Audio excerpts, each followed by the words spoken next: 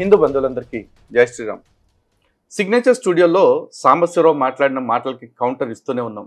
గత ఎపిసోడ్స్ అన్నీ కూడా మీరు చూశారు.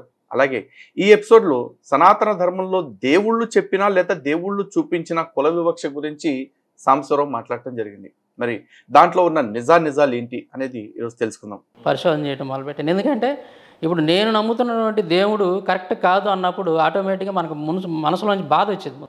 అరే ఇన్ని సంవత్సరాల నుంచి నేను అభిమానించినటువంటి వ్యక్తి, నేను ఆరాధించినటువంటి దేవుడు ఆయన కరెక్ట్ కాదు అని అనుమానం వచ్చినప్పుడు తట్టుకోలేకపోయాం ఆటోమేటిక్గా.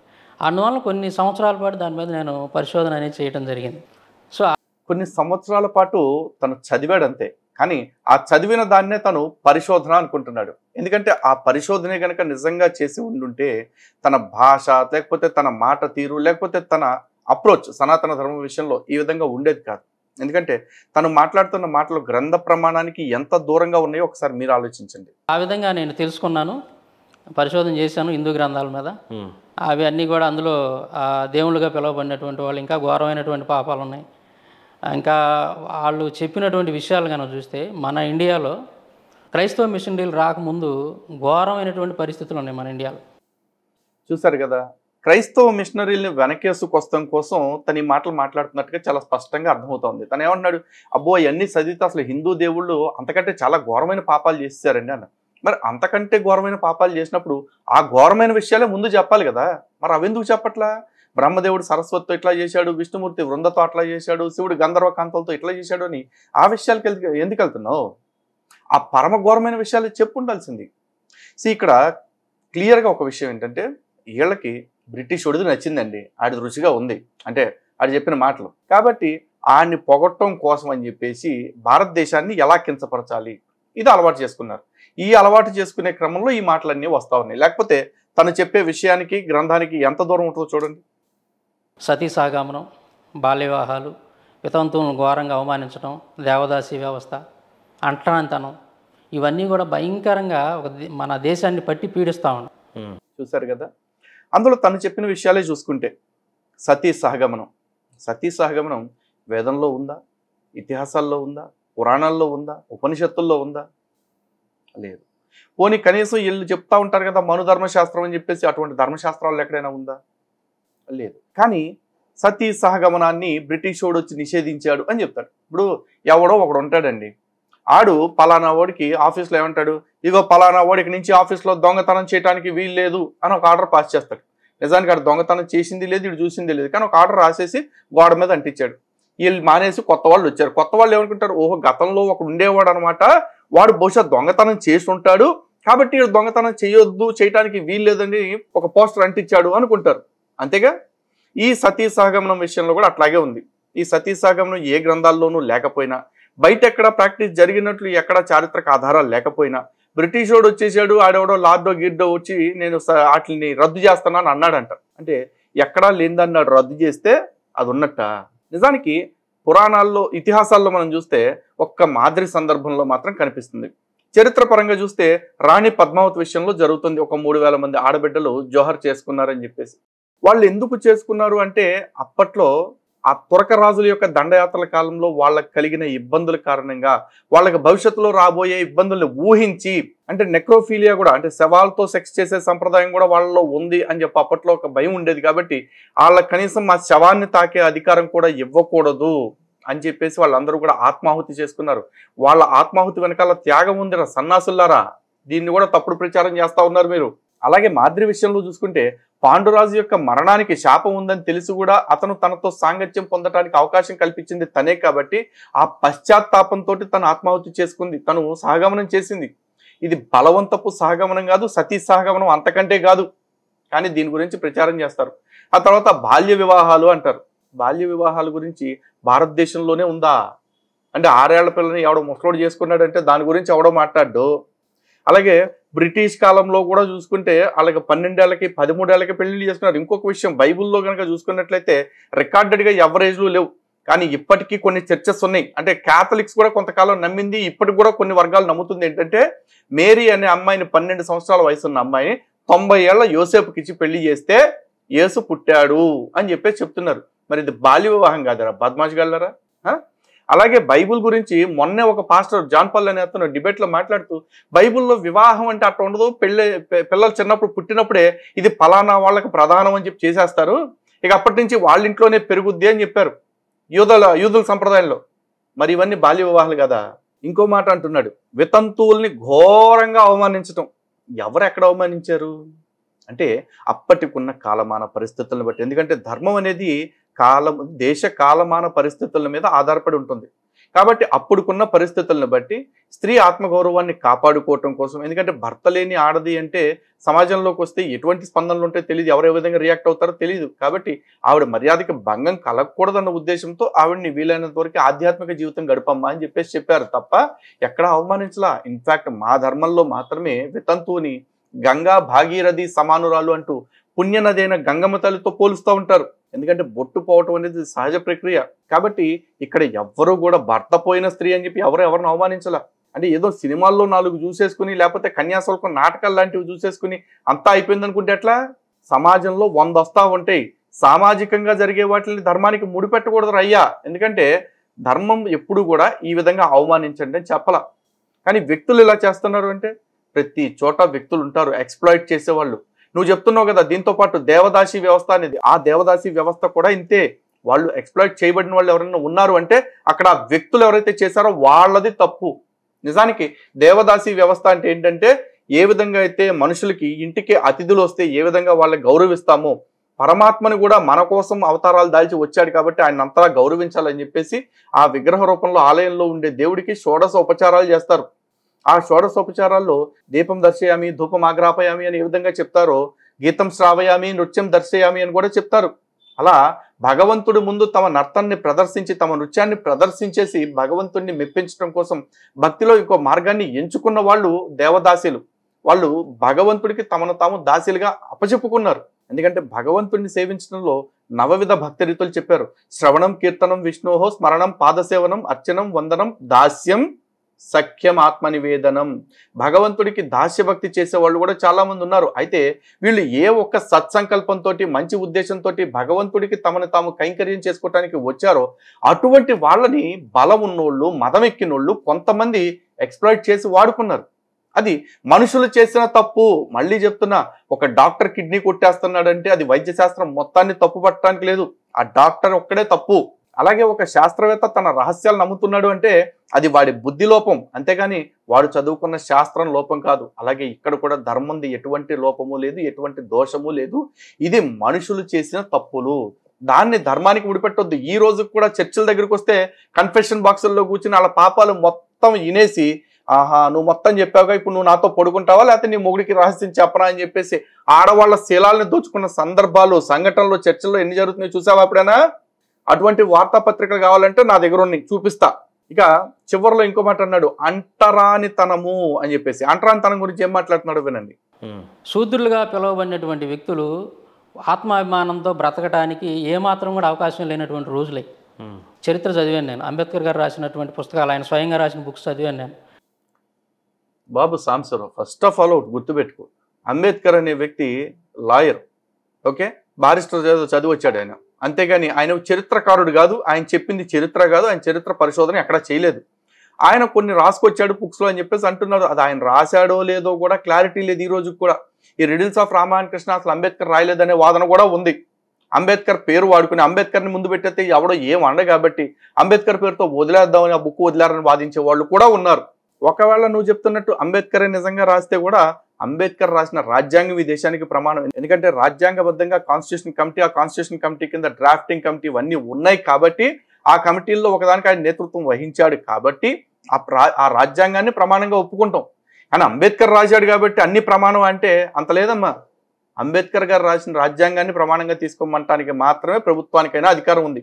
అంబేద్కర్ గారు రాసిన ప్రతి పుస్తకాన్ని ప్రమాణంగా తీసుకోవాల్సిన అవసరం లే.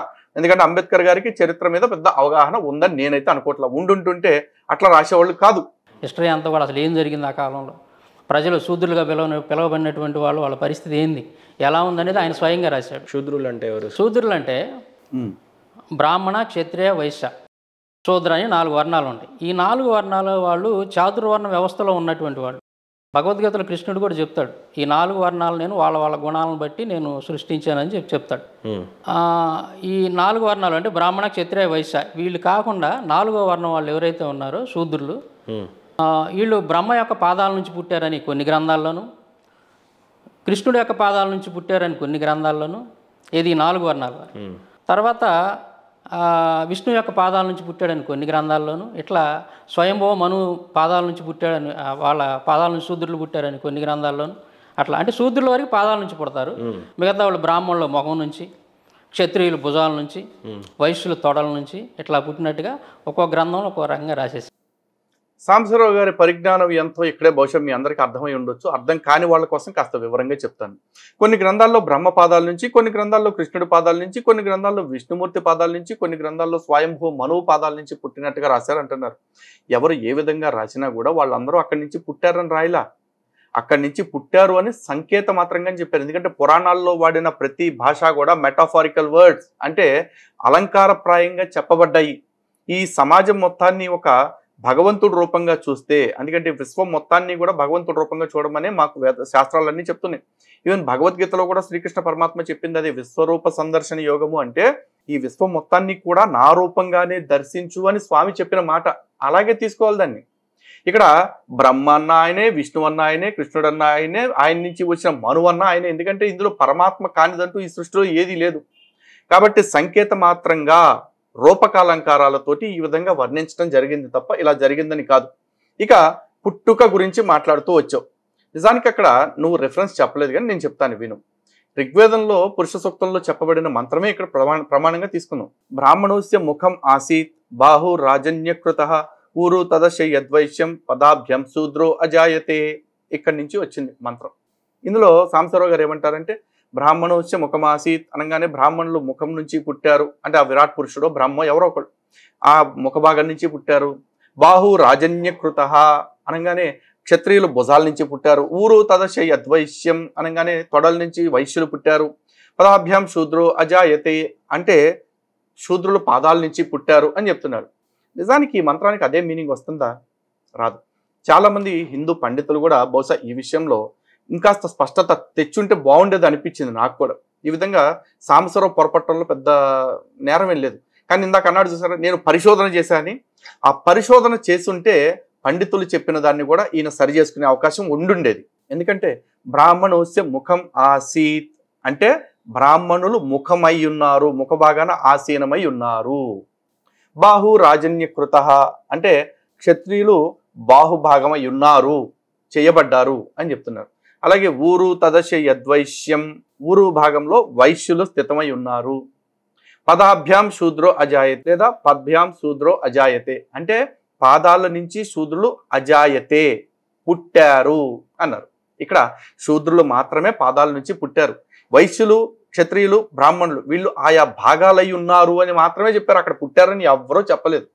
ఎందుకంటే వేదంలోనే ఇంకొక చోట ఇంకో మంత్రం చెప్తారు, జన్మనా జాయతే శూద్ర సంస్కారాత్ ద్విజుచ్చయేత్ అంటే పుట్టుక చేత ప్రతి వాడు శూద్రుడే, వాడి వాడి సంస్కారములను బట్టి ఉచ్చయేత్ వాడు ఆయా భాగములుగా ఎదుగుతున్నాడు అని చెప్పేసి అన్నారు. దీన్నే కొన్ని పాఠాంతరాల్లో జన్మనా జాయతే శూద్ర కర్మనా జాయతే ద్విజ అని చెప్పేసి అన్నారు. అంటే వాళ్ళు నేర్చుకునే వృత్తుల్ని బట్టి వాళ్ళు ద్విజులు అవుతున్నారు అని చెప్పేసి అన్నారు. అంటే పుట్టుకతో ప్రతి వాడు శూద్రుడే. ఎందుకంటే శూద్రుడు అంటే ఎవరు అంటే మళ్ళీ చెప్తున్నారు కదా, శ్రమ చేయువాడు శూద్రుడు. దీనికి ఇంకొక అర్థం ఏం చెప్తారంటే శ్రమలను తొలగించువాడు శూద్రుడు. ఏ విధంగా తొలగిస్తాడు అంటే వీళ్ళందరూ ఎవరైతే ఈ పై 3 వర్ణాల వాళ్ళు ఉన్నారో వాళ్ళ వృత్తులకి వాళ్ళ జీవనానికి కావలసిన వస్తువులన్నిటిని కూడా వీళ్ళు తయారు చేసి ఇవ్వటం వల్ల వాళ్ళ పనులు సులభం అవుతుంది. కాబట్టి వాళ్ళకి తద్వారా శ్రమ తగ్గిపోతుంది. అలాగే వీళ్ళు శ్రమ చేసుకుంటూ జీవించేవాళ్ళు. మరి మిగతా 3 వృత్తులు ఏం చేస్తారు? ఒకళ్ళు ఈ శ్రమతో వీళ్ళు సృష్టించిన వస్తువులన్నింటినీ కూడా వర్తకం, దూర ప్రాంతాలకు తీసుకెళ్లి వర్తకం చేసి వాళ్ళకి మార్కెట్ ఇస్తున్నారు. వాళ్ళని వైశ్యులు అన్నారు. మరి కష్టపడేవాడు, కష్టపడుతున్న వాటిని మార్కెటింగ్ చేసేవాడిని కాపాడుతానికి ఒక వ్యవస్థ కావాలి కదా, దానికి క్షత్రియుడు అన్నారు. ఆ క్షత్రియుడు వీళ్ళందరినీ కాపాడుతూ ఉంటాడు. కాపాడుతున్నందుకు అతను పన్నుల రూపంలో కొంత శిస్తు తీసుకుంటాడు. ఇది వ్యవస్థ. ఈరోజు మరి వీళ్ళ 3 ఉన్నారు. వీళ్ళ 3ని అలాగే వదిలేస్తే వాళ్ళలో వాళ్ళు కొట్టుకు చచ్చిపోవటం, లేకపోతే దురభ్యాసాలు వచ్చేసి ఏమైనా అయిపోవచ్చు. కాబట్టి వాళ్ళని మార్గనిర్దేశం చేయడానికి, వాళ్ళని సరైన మార్గంలో పెట్టడానికి ఒక జ్ఞానం ఉన్నవాడు కావాలి. ఆ జ్ఞానం ఉన్నవాడిని బ్రాహ్మణుడు అని చెప్పేసి అన్నారు. ఇప్పుడు చాలామంది అంటారు బ్రాహ్మణుల పర్సంటేజ్ ఇంతే, మేము ఇంతమంది ఉన్నాం, మీ మాట ఎందుకు వినాలి అంటారు. మరి బాబు స్కూల్లో 1000 మంది పిల్లలు ఉన్నారని 2000 మంది టీచర్లను పెట్టరు. ఓ 50 మందినో 100 మందినో పెడతారు టీచర్లని. మరి మీరు 100 మందే ఉన్నారు, మేము 1000 మంది ఉన్నాం, మీరు మమ్మల్ని ఎట్టా కంట్రోల్ చేస్తారు అని స్టూడెంట్స్ అన్నారనుకో, దానికి అర్థం లేదు. వాళ్ళ జ్ఞానం ఉంది, ఆ జ్ఞానాన్ని 10 మందికి పంచుతూ కంట్రోల్లో పెట్టాలని ట్రై చేశారు. సమాజాన్ని ఒక సన్మార్గంలో ఉంచాలని ట్రై చేశారు. ఇదే ఈ వర్ణాశ్రమ ధర్మాల యొక్క వర్ణ వ్యవస్థ యొక్క ఉద్దేశం. ఈ రోజు కూడా ఛాలెంజ్ చేసి చెప్తున్న ప్రపంచవ్యాప్తంగా ఎవ్వరు కూడా ఈ వర్ణాశ్రమ ధర్మాన్ని లేకపోతే ఈ వర్ణ వ్యవస్థని దాటి బతకలేకపోతున్నారు. జస్ట్ పేర్లు మార్చుకున్నారు. అలాగే అందరూ సమానం అని చెప్తా ఉంటారు కదా కమ్యూనిక్రిస్టలైజేషన్లో. మరి ఆ కమ్యూనిక్రిస్టులు కూడా వాళ్ళ పార్టీల్లో వాళ్ళ వ్యవస్థల్లో మొత్తం అందరూ పార్టీ ప్రధాన కార్యదర్శులే, మొత్తం అందరూ పార్టీ అధ్యక్షులే అనకుండా పైన అధ్యక్షుడు, కార్యదర్శి, కింద కార్యవర్గము, ఆ కింద కార్యకర్తలు, ఆ కింద జిల్లా కమిటీలు, మండల కమిటీలు అంటే ఎందుకు వేసుకుంటున్నారా? ఎందుకంటే ప్రతి చోట కూడా వ్యవస్థీకృతంగా నడవాలి అంటే ఎవరి పని వాళ్ళే చేయాలి. వాడి పని నేను ఎందుకు చేయకూడదు అంటే వాడిలాగా నువ్వు అభ్యాసం చేయగలిగితే ఖచ్చితంగా ఆ పని నువ్వు చేయొచ్చు. కానీ వాడిలాగా నువ్వు అభ్యాసం చేయాలంటే వాడంతా నువ్వు ఎదగాలి కదా. వాడంతా నువ్వు ఎదగాలి అంటే నువ్వు అంత కఠోరమైన శ్రమ పెట్టాలి కదా, కష్టపడాలి కదా. బాగా ఫిజికల్ ఫిట్నెస్ ఉన్నోడు, నిలబడగల సత్తా ఉన్నోడు నీ సైన్యంలో చేర్పిస్తే బ్రహ్మాండంగా ఉంటుంది, రక్షణ ఇస్తాడు. అలా కాకుండా ఇప్పుడు మా వాడు ఓబల్లో ఉంటే ఏముంది, మా వాడికి రిజర్వేషన్ కావాలి అని చెప్పి తీసుకెళ్ళి బాగా ఊరపందిలాగా ఊరిపోయిన నుండి తీసుకెళ్ళి బోర్డర్లో పెట్టామనుకో, ఒక్కటే దెబ్బకి సస్తాడు ఉరకలేక. అర్థమైందా? ఈ దేశాన్ని కాపాడాలన్నా, ఈ దేశాన్ని నిలబెట్టాలన్నా సైనికుడు బలంగా స్థిరంగా ఉండటం ఎంత అవసరమో, ఒక వ్యవస్థ నిలబడాలంటే కూడా ఆ వ్యవస్థని ఎవరికి నచ్చినా నచ్చకపోయినా అంతే నిష్కర్షగా పెట్టాలి. లేదు ఎవడో బాధపడతారు అని కనుక దీనిలో కాంప్రమైజ్ అయ్యుంటే ఖచ్చితంగా భారతదేశము సనాతన ధర్మము ఈ పార్టీకి కుప్ప కూలిపోయి ఉండేది. అఫ్ కోర్స్ మీకు కావాల్సింది అదే, కానీ మీ ఆశలు ఎప్పటికీ నెరవేరవు, గుర్తుపెట్టుకోండి. ఓకే, దాని నుండి వాళ్ళు తప్పించుకోవడానికి వాళ్ళు ఇప్పుడు మన మనువాదులు చేసేటువంటి పని ఏందనంటే, ఫస్ట్ అసలు అది కాదు, మీరు అనుకున్నట్టు కాదు అది. శూద్రుల్లోనంటే వాళ్ళు చాలా గొప్పవాళ్ళు, వాళ్ళు మేము పూర్వకాలంలో చాలా బాగా ఆదరించాము, మా గ్రంథాలు కూడా అలా చెప్పలేదు, ఇది కేవలం బ్రిటిష్ వాళ్ళు కుట్ర, బ్రిటిష్ వాళ్ళు వచ్చి విభజించి పాలించండి అని చెప్పేసి ఏదో ఆ రోజుల్లో అట్లా చేశారు, మనకు గొడవలు పెట్టారు, అసలు మేమంతా కూడా మీ శూద్రుల్ని సంకనెత్తుకొని తిరిగామన్నట్టుగా చెప్పుకొస్తారు ఇది. కానీ గ్రంథాలు అలా ఒప్పుకోడు, దానికి శాస్త్రాలనే ఒప్పుకోదని. చరిత్ర కూడా అలా లేదు ఎక్కడ కూడా. చరిత్రను పరిశీలిస్తే మనం నిజం చెప్పాలంటే శూద్రుల విషయంలో మనం చదివామంటే కళ్ళమ్మి నీళ్ళు వస్తాయి. శూద్రులు ఎలా బ్రతికారు అనేది కళ్ళమ్మి నీళ్ళు వస్తాయి. ఎవరు శూద్రుడు అంటే ఎవరు? శూద్రులు అని అంటే పాదాల నుంచి పుట్టినటువంటి వాళ్ళు బ్రహ్మకి. ఇప్పుడు చెప్పాలంటే వాళ్ళల్లో బ్రాహ్మణ క్షత్రియ వైశ్యులు కాకుండా మిగిలిన వాళ్ళంతా కూడా శూద్రుల కిందకే వస్తారు. తర్వాత కొన్ని కులాలు ఉన్నాయి, అంటే ఇప్పుడు దళితులుగా పిలువబడినటువంటి వాళ్ళు పంచములు, మన బీసీలు, ఎస్టీలు, ఇలాంటి వాళ్ళు కొంతమంది ఉన్నారు కదా ఇప్పుడు పిలువబడేవాళ్ళు. వీళ్ళంతా కూడా ఏంటంటే అంత్యజులు, నిషాదులని, అంత్యజులని ఇలా పిలువబడతారు. శూద్రులు అని అంటే ఖచ్చితంగా చెప్పాలంటే ఇప్పుడు మన ఓసీల్లో ఉన్నటువంటి కమ్మ, కాపు, రెడ్డి, వెలమ, ఇంకా కొంతమంది కొన్ని కులాలు అనమాట. వీళ్ళంతా కలిసి ఇప్పుడు శూద్రుల కిందకే ఆ రోజుల్లో పరిగణించబడ్డారు. బ్రాహ్మణ క్షత్రియ వైశ్య కాకుండా మిగిలినటువంటి వాళ్ళల్లో ఏదో చివరి ఉన్నటువంటి ఈ దళితులు కానీ, తర్వాత ఇంకొంతమంది ఈ చాకలి, మంగలి ఇలాంటి వాళ్ళు కాకుండా మిగతా మధ్యలో ఉన్నటువంటి కులాలన్నీ కూడా శూద్రుల కిందకే వస్తారు. ఈరోజు వాళ్ళలాగా అంటరానితనం చూపిస్తున్నటువంటి కొంతమంది ఉన్నారు విలేజెస్లో, వాళ్ళంతా కూడా ఒకప్పుడు శూద్రులు. వాళ్ళు కూడా ఏంటంటే ఆ కాలంలో వాళ్ళకి వెనకమాల నడుముకి చీపుర్లు, మూతికి ముంత, చెప్ప అంటారు చూసారు, అది కట్టేవాళ్ళు, వెనకమాల చీపుర్లు కట్టేవాళ్ళు. సపోజు నాకు ఊహ తెలిసిన తర్వాత కూడా విలేజెస్లో ఒక క్వాంటి వాళ్ళ కొట్టుకి వెళ్తుంటారని అంటారు కదా, క్వాంటి వాళ్ళు అంటారు కదా వయసుల్ని, వాళ్ళ కొట్టుకి వెళ్ళాలి అని అంటే ఆ వాకిలి దగ్గర మూలన ఒక చీపురు, దానికి ఒక తాడు కట్టి ఉంటుంది, లేదంటే ఒక తాటాకు ఒక తాడు కట్టి ఉంటుంది మూలన. అక్కడికి వచ్చేటటువంటి వాళ్ళు ఈ దళితుల పిల్లలు కానీ వీళ్ళంతా ఎవరైతే ఉంటారో వాళ్ళు ఏం చేయాలంటే దాన్ని తీసుకొని వెనకమాల కట్టుకొని వాకిట్లో కట్టుకొని కొట్టు దగ్గరికి రావాలి. కొట్టు దగ్గరికి వచ్చి మనం ఏదన్నా వస్తువు వాళ్ళ దగ్గర నుంచి తీసుకోవాలి అని అంటే వాళ్ళు చేతికి ఎవరు డబ్బులు అక్కడ పెట్టి అక్కడ ఆ కాటాల్లోనో లేదా అక్కడ అట్లా వేస్తే వాళ్ళు పొట్లం కట్టి అట్లా విసిరేసేవాళ్ళు. నా కళ్ళతో చూశాను. నాకు అంటే నాకు 17-18 సంవత్సరాల వయసు వచ్చినప్పుడు కూడా నా కళ్ళతో చూశాను. మనం డబ్బులు ఇస్తే తీసుకోరాళ్ళు, అక్కడ ఏ అంటారు ఇప్పుడు కాటాలు ఉండే ఆ రోజుల్లో, ఇట్లా ఇప్పుడు ఎలక్ట్రానిక్ కాటాలు కాకుండా ఇట్లా తక్కెళ్ళు అంటారు కదా, ఆ ప్లేట్లో డబ్బులు అట్లా ఇసిరేయమనేవాళ్ళు. మనం అట్లా ఇసిరేస్తే అవి తీసుకొని గల్లా పెట్టిలో పెట్టుకొని పొట్లం కట్టి వాళ్ళు కూడా అలా ఇసిరేసేవాళ్ళు. చేతికి టచ్ అవి అవనిచ్చేవాళ్ళు కాదు అసలు. అలాంటి అంటరాంతనం. మళ్ళీ మనం ఏం చేయాలి, ఆ వస్తువు తీసుకొని పోతూ ఆ నడుముకున్నటువంటి ఆ చీపిని ఉప్పదీసి మళ్ళీ ఆ మూలను పెట్టి మనం బయటికి వెళ్ళిపోవాలి. ఇది నా కళ్ళతో చూశాను. చూసిన వాళ్ళు కూడా చాలామంది ఉన్నారు. చాలామంది ఎక్కడుంటారులే సాంబశివరావు గారు, బహుశా మీరు చూశానని చెప్తున్నారు కాబట్టి మీ గురించే మాట్లాడదాం. కాకపోతే నాకు అర్థం కానిది ఏంటంటే, షార్ట్ టర్మ్ మెమరీ లాస్ అని విన్నాను కానీ మరి ఇంత షార్ట్ టర్మ్ ఉంటుంది అనుకోలే. అంటే ఈ వీడియో స్టార్ట్ 26 నిమిషాలు అయింది. మరి 20 నిమిషాలకు ఒకసారి మర్చిపోతారని నేను అనుకోలే. ఎందుకంటే 20 నిమిషాల క్రితం మీరేమన్నారో ఒకసారి మీరే వినండి. సో నేను పుట్టేటప్పటికే హిందువులు వాళ్ళు విగ్రహారాధికులు, శివుణ్ణి ఆరాధించేవాళ్ళు. శివుణ్ణి కూడా అంటే ఎక్కడంటే వాళ్ళు గుంటూరు దగ్గర పెద్దకాకాని అని ఉంటుంది, మరి మీకు ఐడియా ఉందో లేదో. అక్కడ శివుడి టెంపుల్ బాగా ఫేమస్ అన్నమాట. అక్కడికి వెళ్తూ ఉండేవాళ్ళు చుట్టుపక్కల అంతా కూడా. అక్కడికి మా అమ్మ మా నాన్న వెళ్తుండేవాళ్ళు. నేను పుట్టిన తర్వాత ఆ గుళ్ళోనే పూజారి చేత నా పేరు పెట్టించారు. అది శివుడి టెంపుల్ కాబట్టి అక్కడ ఉన్న పూజారి సాంబశివరావు అని నా పేరు పెట్టారు. తర్వాత అన్నప్రాసన చేస్తారు కదా, అక్కడ నా అన్నప్రాసన కూడా అక్కడే జరిగింది. మర్చిపోయినట్టున్నారు కదా, చూసారా? కాంటుకోట్లోకి ఏమో మిమ్మల్ని రానివ్వలేదు, లేకపోతే చీపురు కట్టుకొని రమ్మన్నారు. గుళ్ళోకి మాత్రం మీరు 17 సంవత్సరాల క్రితమే, ఏదైతే మీరు కాంటుకోట్లో సంగతి చెప్పారో అది 17 సంవత్సరాల తర్వాత అంటున్నారు. కానీ 17 సంవత్సరాల క్రితమే మీరు పుట్టంగానే మీ అమ్మా నాన్నలతో సహా అందరినీ పంతులు గారు గుళ్ళోకి రానిచ్చారు. గుళ్ళోనే మీ కులం ఏంటి వర్ణం ఏంటి అడగకుండా మీకు నామకరణం చేశారు. ఆ తర్వాత మీకు అన్నప్రాసన చేశారు. అన్నీ జరిగినాయి. కానీ ఊర్లో చూపించిన కుల వివక్ష మాత్రం మీకు హిందూ ధర్మానికి ముడిపెట్టారు. మరి అదే హిందూ ఆలయంలోకి మిమ్మల్ని పిలిపించి మీకు అన్నప్రాసన చేసిన మరి పంతులు గారిది మరి అది ఏ వివక్ష అంటారు చెప్పండి పోనీ. పైగా సాంబశివరావు ఎంత అబద్ధం చెప్తున్నాడంటే, ఇవన్నీ నేను చూసా చాలా మంది చూశారు అంటున్నాడు. బాబు సాంబశివరావు, నువ్వెలా ఊర్లో పెరిగావో నేను కూడా ఊరు నుంచి వచ్చినోడిని. మరి మా ఊర్లో నేను ఎప్పుడు ఎక్కడ చూడలేదే.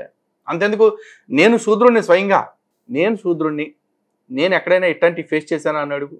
నాకు ఎక్కడ ఎక్స్పీరియన్స్ అవ్వాలా. మరి పోనీ అలా అని చెప్పి మాదేమన్నా పెద్ద జమీందారీ వంశం అంటే అది కాదు, మా సాధారణ దిగువ మధ్య తరగతి కుటుంబమే, వ్యవసాయ కుటుంబమే మాది కూడా. మరి మమ్మల్ని ఎవరు అట్లా వివక్ష చూపించినట్టు మాకు ఎక్కడ కనిపించలేదే. ఎందుకంటావు అంటే చూసే దృష్టిలో ఉంది బొక్క. పైగా మీరు అంటున్నారు చూసారా, ముడ్డికి చీపురు గట్టి మూతికి ముంత గట్టి అని చెప్పేసి. ఇవన్నీ మీరు ఇందాక ఎవరైతే పెద్ద మంచి పుస్తకాలు చెప్పారో ఆ పుస్తకాల్లో కనపడతాయి తప్ప చరిత్రలో ఇవి ఎక్కడ జరగల. అండ్ మోరోవర్ హిందూ గ్రంథాల్లో ఎక్కడైనా సరే ఇట్లాంటిది రాసి ఉందేమో చూపించండి. కానీ మీరు అంటున్నారే గ్రంథాలు అని చెప్పేసి, ఆ గ్రంథాల పరంగా చూసుకుంటే మీ బైబిల్ చెప్తుంది ఒక స్త్రీని తన తండ్రి బానిసగా అమ్ముకోవచ్చు అని చెప్తుంది. అలాగే ఒక బానిసని యజమాని కావాలంటే కొట్టుకోవచ్చు, చంపుకోవచ్చు అని కూడా చెప్తా ఉన్నారు. అలాగే బానిసలు యజమానికి ఎప్పటికీ తిరగబడకుండా ఉండాలి, ఆడి మీద తిరుగుబాటు చేయకూడదని చెప్పేసి మీ బైబిల్ చెప్తుంది మాస్టరు. మీ ఏసు చెప్తున్నాడు మాస్టరు. ఇవన్నీ మీకు ఎందుకని రుచిగా ఉన్నాయి, బాగా సుగరేసుకుని నాకేస్తున్నారు కదా. హిందూ గ్రంథాల్లో మాత్రం గ్రంథాల్లో ఏమీ లేకపోయినా సామాజికంగా వచ్చిన కొన్ని రుగ్మతలను ఆధారంగా చేసుకుని నేను ధర్మాన్ని అందుకే ఇడిచిపెట్టేశాను అని చెప్పేసి వాళ్ళకాయ కబుర్లు చెప్తా ఉన్నారు. ఎందుకు చెప్పండి అంటే, మీకు బ్రిటిష్ వాడిది రుచిగా ఉంది, ఆడిది సూపర్ అని చెప్పడం కోసం మీ కన్న తల్లి లాంటి ధర్మాన్ని, మీరు పుట్టిన మీ తల్లిదండ్రులు పుట్టిన ధర్మాన్ని మీరే చెప్పారు. మీ తల్లిదండ్రులు విగ్రహారాధికులు అని చెప్పేసి, ఎందుకంటే మీకు హిందూ అనే పేరు చెప్పుకోవటానికి కూడా ఇష్టం లేనంత ఇదిగా చెప్తా ఉన్నారు. మీరు ఎట్లా చెప్పినా సరే వాళ్ళు హిందువులే. తర్వాత మతం మారిపోయి గొర్రెలు అయిపోయారా అవ్వలేదా నాకు తెలీదు, మీరు చెప్పిందే సాక్ష్యం కాబట్టి. కానీ కుల వివక్ష గురించి మీరు చెప్తుంది కట్టుకథలు, పచ్చి అబద్ధాలు అని అర్థమవుతోంది. అలాగే చాతుర్వర్ణ వ్యవస్థ గురించి మాట్లాడుతూ కృష్ణుడే చెప్పాడు, నేను 4 వర్ణాలు పుట్టించానని చెప్పేసి అన్నాడు. పరమాత్మ చెప్పింది ఏంటో చెప్పండి. చాతుర్వర్ణం మయా సృష్ట్వా గుణకర్మ విభాగశ, ఇక్కడ వరకే చెప్పి ఆపేస్తా ఉన్నారు. అంటే భగవంతుడు అక్కడ చెప్పింది నిజానికి ఏంటంటే, మీరు అనుకుంటున్న మనుషులు ఏర్పాటు చేసుకున్న వర్ణాలు ఏవైతే ఉన్నాయో ఈ వర్ణాలన్నీ కూడా నా చేతనే సృష్టించబడ్డాయి అని చెప్తున్నాడు. ఇక్కడ వర్ణాలను ఆయన సృష్టించట్లా. అంటే మీరు ఏదైతే మేము సృష్టించామనుకుంటున్నారో ఇందులో ఏది కూడా పరమాత్మ ప్రమేయం లేకుండా జరగదు. ఈ సృష్టిలో ఏది జరగాలన్నా ఆయన ద్వారా కలిగిందే. ఎందుకంటే ఇదే భగవద్గీతలో స్వామి స్వయంగా చెప్తున్నమాట, మమైవాంసో జీవలోకే జీవభూత సనాతనః సమం సర్వేషు భూతేషు తిష్టంతి పరమేశ్వరం. అన్నిటి యందు సమంగా పరమేశ్వరుడు ఉన్నాడు. ఈ కనిపించే సమస్తము కూడా నా యొక్క అంశే అంటున్నాడు. అలాగే ఇందాక మీరు అంటున్నారు కదా, పాదాల నుంచి ఒకళ్ళు పుట్టారని చెప్పేసి. ప్రతి వాడు పాదాల నుంచే పుడతాడు. పుట్టినవాడు ఆ విద్య నేర్చుకుని బతకటానికి సరిపోతుందని అక్కడ ఆగిపోతాడా? లేదు, నా జీవితం ఇంకో 10 మందికి ఉపయోగపడాలని వైశ్యుడు అవుతాడా, లేదా ఇంకో 10 మందికి ఉపయోగపడాలి వాళ్ళకి రక్షణ కల్పించాలని క్షత్రియుడు అవుతాడా, లేదు ఇంకో 10 మందిని నేను మంచి మార్గంలో నడిపించే సమాజాన్ని మంచిగా ఉండాలనుకుని గురు స్థానంలోకి వెళ్ళి బ్రాహ్మణుడు అవుతాడా అనేది పాటించే ఆయా వ్యక్తి నేర్చుకునే కర్మలను బట్టి ఉంటుంది. అంత మాత్రం చేత శూద్రులందరూ తక్కువ వాళ్ళు అని ఎవ్వరు అనలా. అలాగే ఇందాక ఇంకో మాట అంటున్నారు, ఈ శూద్రులు అంటే ఆ పై 3 వర్ణాలకి సేవ చేయటం అని చెప్పేసి. సేవ అంటే తప్ప. ఈ రోజున కూడా భారతదేశంలో చాలా మంది సర్వీస్ సెక్టర్, ఈరోజు భారతదేశంలో ఉన్న భారతదేశంలో కదా ప్రపంచవ్యాప్తంగా ఉన్న అతి పెద్ద బిజినెస్ల్లో సర్వీస్ సెక్టర్ అనేది చాలా పెద్ద బిజినెస్. అంటే ఇంటర్నెట్ సేవలు అందించేవాడు, లేదా టెలికాం సర్వీస్ ప్రొవైడర్ అంటారు, టెలికాం సేవలు అందించేవాడు. వీళ్ళు సేవలు చేయటం అంటే వాళ్ళకు పనికొచ్చే వాటిని అందించటమా, లేకపోతే పాలేరు పని చేయటమా? అంతెందుకు మన పన్నులు తీసుకుంటూ మన పన్నుల నుంచి జీతాలుగా పొందుతూ ప్రభుత్వ కొలువుల్లో పనిచేసే వాళ్ళని ఏమంటారు? పబ్లిక్ సర్వెంట్స్ అని అంటారు. అంటే ఇప్పుడు వాళ్ళందరూ పాలేర్లేనా? కాదు కదా, ప్రజలకు సేవ చేసేవాళ్ళు అని చెప్పేసి. ఇప్పుడు ప్రజలకు సేవ చేసే వాళ్ళకి అపరిమిత అధికారం ఇవ్వబడలేదా? అధికారులందరూ అలా ఆ జులుం చలాయించట్లేదా? ఆ రోజుల్లో కూడా అంతే. బ్రాహ్మణ క్షత్రియ వైశ్యులు ఎవరైతే ఉన్నారో వాళ్ళకి కావలసిన పనిముట్లు కావచ్చు, వాళ్ళకి ఆధారభూతమైన వస్తువులన్నీ కావచ్చు, వాటన్నింటిని తయారు చేసి అందచేసేవాడు శూద్రుడు. అంటే శ్రమ ద్వారా బ్రతుకుతూ ఆ శ్రమ ద్వారా వాళ్ళకి అందించేవాడు శూద్రుడు. మరి అటువంటి శూద్రుడిని ఇప్పుడు ఎందుకు తక్కువగా చూపిస్తున్నారు? పైగా శూద్రుల వరకు వీళ్ళు, మిగతా వాళ్ళు ఉన్నారు పంచములు, అంత్యజులు, నిషాదులు అని చెప్పి. ఇదంతా ఎక్కడ సనాతన ధర్మంలో లేదు బాబు. ఉన్నది చాతుర్వర్ణ వ్యవస్థే, బ్రాహ్మణ క్షత్రియ వైశ్య శూద్ర. ఆ తర్వాతవన్నీ కూడా సామాజికంగా వచ్చిన రుగ్మతలు కొంతమంది వ్యక్తుల కారణంగా జరిగింది. ఈ వ్యక్తుల కారణంగా జరిగిన వాటిల్ని ఇప్పటికి ఎవడు కూడా సమర్థించుకోవట్లా. జరిగింది తప్పే. కాబట్టే ఈ దేశంలో కొన్ని వర్గాల వాళ్ళకి రిజర్వేషన్లు ఇస్తే మేము మనస్ఫూర్తిగా స్వాగతించాం. ఎందుకంటే వాళ్ళకి ఈ సమాజం వల్ల కొంత కష్టం కలిగింది కాబట్టి ఆ నష్టం పూడ్చడానికి వాళ్ళకి ఈ రిజర్వేషన్స్ అవసరం అనుకున్నారు కాబట్టి. కానీ ఈ దేశంలో ఇచ్చిన రిజర్వేషన్స్ వాడుకుంటూ ఎదుగుతూ కూడా ఇంకా ఈ దేశం మాకేదో ద్రోహం చేసింది అని ఎవరన్నా మాట్లాడుతున్నారు అంటే అది వాళ్ళ సంస్కారం అనాలి. బహుశా అటువంటి సంస్కారం సనాతన ధర్మంలో ఉండుంటే ఖచ్చితంగా వాళ్ళకు వచ్చేది కాదు. ఎందుకంటే సనాతన ధర్మం నేర్పే అతి గొప్ప సంస్కారం ఏంటంటే కృతజ్ఞత కలిగి ఉండటము. అటువంటి కృతజ్ఞత కలిగి ఉండే ప్రతి ఒక్కడికి కూడా ఈ దేశం విలువ తెలుస్తుంది. ఎంత పదవులు ఇచ్చినా, డబ్బులు ఇచ్చినా, ఏం చేసినా భారతదేశపు స్వాతంత్ర పోరాటం కోసం, లేకపోతే భరతమాత దాస్య శృంఖలాలను తెంచటం కోసం ప్రాణాలు అర్పించిన స్వతంత్ర సమరయోధుల్ని పొట్టన పెట్టుకున్న ఆ బ్రిటిష్ రాక్షస ముక్కల్ని, ఆ బ్రిటిష్ ని వెనకేసుకుని ఎవ్వడో రాడు, నీలాంటోడు తప్ప. కాబట్టి హిందూ బంధువులరా, వీళ్ళు చెప్తున్న వాటి వెనకాల ఉన్న ఉద్దేశాలు ఏంటో చూడండి. గ్రంథాల్లో ఎక్కడా తప్పు లేదు, ధర్మంలో ఎక్కడా లోపం లేదు. కానీ ధర్మాన్ని, గ్రంథాలని తప్పులుగా, లోపాలుగా చూపిస్తే మాత్రమే వీళ్ళు మత మార్పిడులు చేయగలరు. కాబట్టి ఇలా మత మార్పిడి వ్యాపారం యథేచ్ఛగా కొనసాగించుకోగలరు. కాబట్టి హిందుత్వం పట్ల, హిందూ దేవీ దేవతల పట్ల, హిందూ గ్రంథాల పట్ల ఇంత విషాన్ని చిమ్ముతున్నారు. దయచేసి దీన్ని ప్రతి ఒక్కళ్ళు అర్థం చేసుకుంటారని మనస్ఫూర్తిగా కోరుకుంటూ మరో అంశంతో మళ్ళీ కలుద్దాం. ఖచ్చితంగా ఇదంతా దరువేద్దాం, ఎవరిని వదిలేదేలే, చూసుకుందాం. జై శ్రీరామ్, భారత్ మాతాకి జై.